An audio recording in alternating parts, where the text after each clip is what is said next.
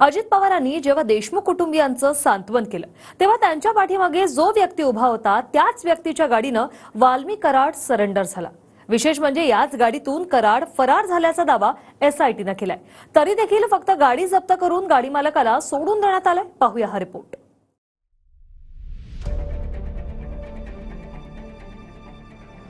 अजित पवार देशमुख कुटुंबियांचं सांत्वन करत असताना त्यांच्याच पाठीमागे शिवलिंग मोराळे उभा असल्याचा फोटो जितेंद्र आव्हाडांनी ट्विट केलाय। गर्दीत कुणी उभं राहावं यावर अजित पवारांचं नियंत्रण नसलं तरी बीड प्रकरणात कोण कोणत्या वेळी उपस्थित होतं त्याच्या अनेक रंजक स्टोऱ्या बाहेर येऊ लागल्या आहेत। एकीकडे देशमुख हत्येमागे वाल्मी कराडचं नाव घेतलं जात होतं। कराड अनेक दिवसांपासून फरार होता। त्यावेळी अजित पवार देशमुख कुटुंबियांच्या सांत्वनासाठी मस्साजोगला आले तेव्हा स्वतः कराड आणि गुंडेंचा कट्टर समर्थक म्हणवणारा शिवलिंग मोराळे अजित पवार आणि देशमुख कुटुंबियांसोबतचा सारा संवाद नीट कान देऊन ऐकत होता। विशेष म्हणजे नंतर याच शिवलिंग मोराळेच्या गाडीत आरोपी वाल्मी कराड पुण्यातल्या सीआयडीत शरण आला।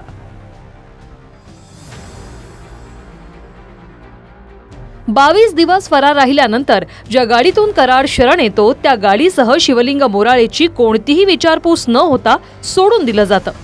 विरोधकांनी टीका सुरू केल्यानंतर 5 दिवसांनी मोराळेची फक्त गाडी जप्त केली जाते।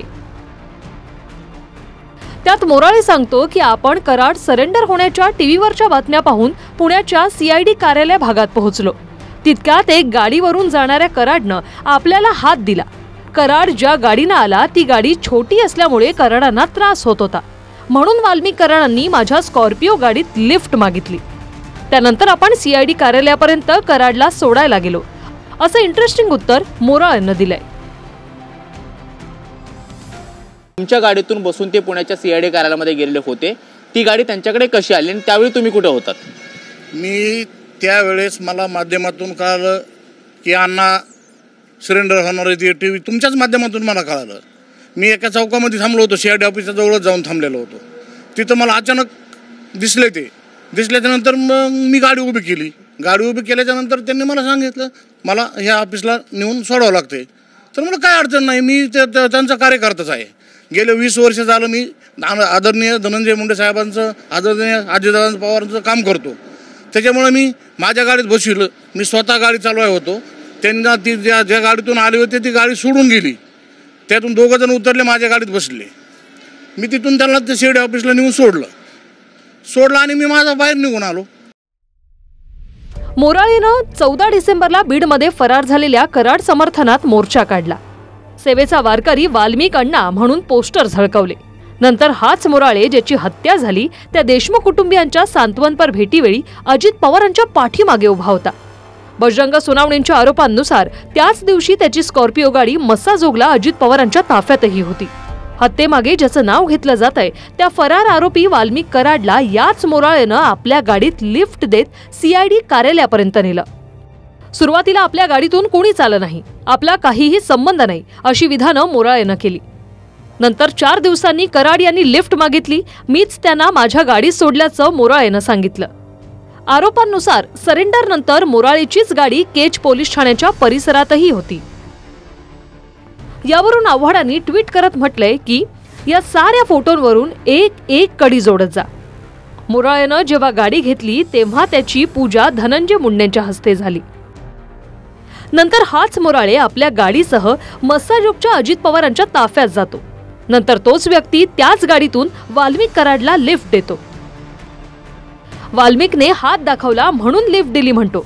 वाह वाह, सारं चित्र स्पष्ट आहे। तरीही नरो वा कुंजरो वा अशीच तपास यंत्रणांची भूमिका आहे।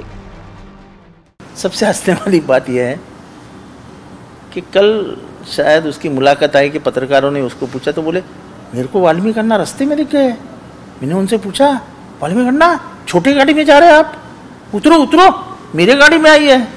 अरे क्या मजाक लगा के रखा है, तुम महाराष्ट्र पुलिस के कपड़े निकाल रहे हो, शर्ट बटन चेन, और नंगा करके खड़ा रह कर रहे हो उसको। ये मजाक है क्या? एक तरफ वो उधर मुलाकात देता है कि मैं आ रहा हूं, वो आता है उसको कोई रोकने वाला नहीं है। तुम देखो वीडियो, वो गेट पे भी पुलिस नहीं है। ऐसा है, कम से कम इतनी तो इज्जत रखनी चाहिए थी। जब पता ही है कि वो आने वाला है तो कम से कम 2 किलोमीटर का आसपास का परिसर कॉर्डन ऑफ कर देते, उसको वहां पकड़ लेते, गाड़ी में बिठा देते। अरे कुछ तो इज्जत रहती। माध्यमांच्या कॅमेऱ्यांसमोरून कराड ज्या गाडीतून शरण आला ती गाडी निघून गेली। मात्र एकाही पोलिसांनी त्या गाडीची जप्ती सोडाच मात्र साधी चौकशी देखील केली नाही। त्यावरून टीका झडू लागल्यानंतर 5 दिवसांनी संबंधित गाडी जप्त करण्यात आली आहे।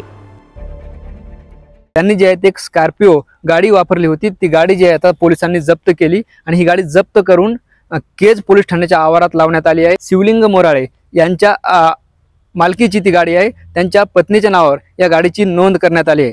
मात्र काल तपास अधिकाऱ्यांनी कोर्टात असा दावा केला की वाल्मिक कराड केवळ या गाडीतून शरणच नाही आले, तर या गाडीतून फरार होण्यासाठी त्यांनी या स्कॉर्पिओ गाडीची जी आहे ते मदत घेतली, असा दावा जे आहे ते कोर्टात करण्यात आला आहे। त्यामुळे जे आहे ते या गाडीची चौकशी केली जाते। तपासाच्या अनुषंगाने या गाडीच्या आधारे माहिती काढण्याचा प्रयत्न जे आहे ते SIT असेल, CID असेल, बीड पोलिसांच्या वतीने सुरू आहे। स्कॉर्पिओ मालकाचं नाव जे अजून RTO मध्ये नोंद आहे, शिवलिंग मोराळे। हा शिवलिंग मोराळे अजितदादांबरोबर मस्ताजोग येथे झालेल्या सभेमध्ये उपस्थित होता। त्याची गाडी देखील त्या ताफ्यात होती। असं नंतर तीच गाडी वाल्मिक कराड CID ऑफिसला गेली। तीच गाडी, गाडीवरचा मालक आणि गाडी किती नशीबवान आहे। त्या गाडीचं उद्घाटन म्हणा किंवा जे काय असेल ते माननीय धनंजय मुंडेंनीच केलं। आणि काय बालिशसारखा तो सांगतो, मी समोरनं येत होतो तो शिवलिंग मोराळे, मला समोर अण्णा दिसले, अण्णा छोट्या गाडीत होते। मी अण्णांना म्हटलं अण्णा छोट्या गाडीत, मग अण्णांना मोठ्या गाडीत घेतलं। नशीब ट्रक घेऊन नव्हता गेला, नाही तर अण्णा आपल्याला दिसते असे ट्रक घेऊन CID ऑफिसमध्ये। काय भरोसा ना, माणसाची एवढी चालते म्हटल्यावर काही करू शकतो तो। कृष्णा सोनारवाडकर, TV9 मराठी, मुंबई।